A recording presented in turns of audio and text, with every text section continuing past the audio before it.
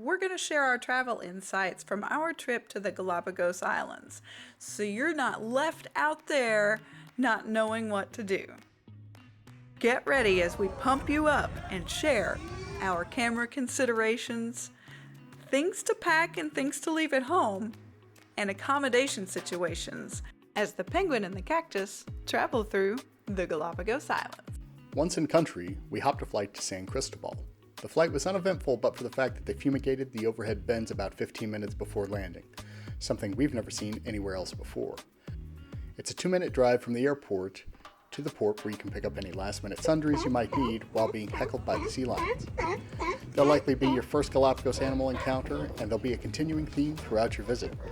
They're everywhere, to the extent that you have to watch where you step. Narcoleptic, grunting, belching, burping.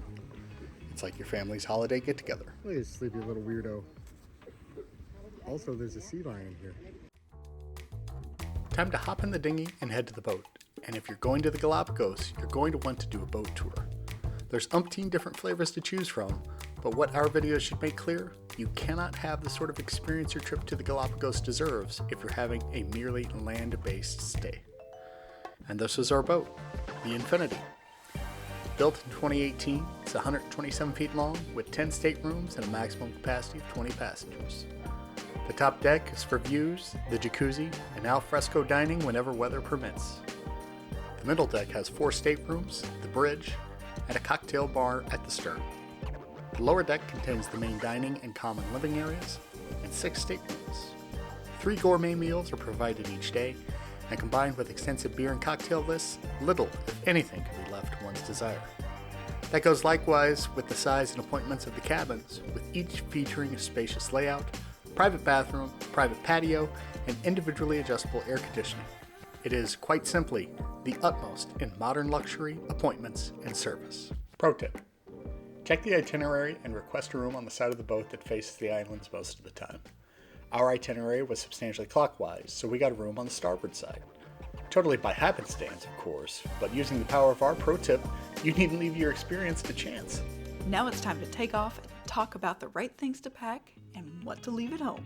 These dinghies are going to take you to and from some of the most spectacular places you've ever seen in your life.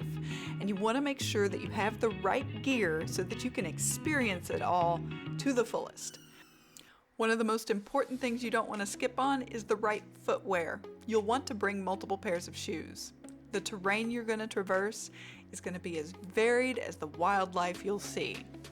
A lot of it happens to be lava fields, and these rough, rocky areas can be quite brittle, and if they've been rained on, can also be extremely slick.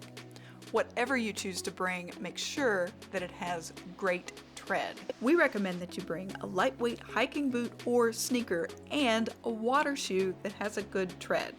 You'll also want to have a pair of shoes that stay on the boat, that are clean and free of all the sand and grime that you're going to go through from day to day. Cruising through these areas of the equator can be quite hot, so bring protection from the sun.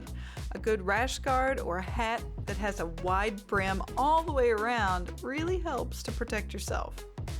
And if it's too hot, you can always take a dip. No matter how many videos you watch, nothing will prepare you for how close you are to the animals. It is absolutely incredible here. For our underwater adventure, we brought our own snorkel, mask, fins, and wetsuits.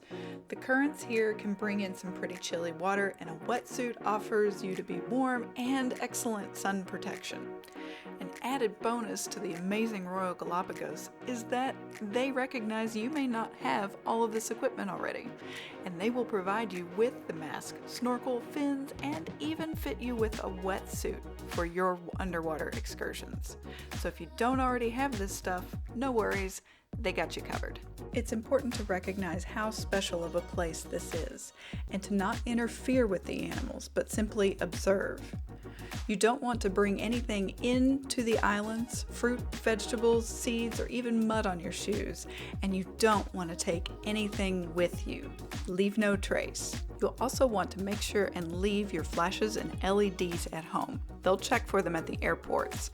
These bother the animals and should not be used in the Galapagos Islands. For underwater shots, I used my GoPro.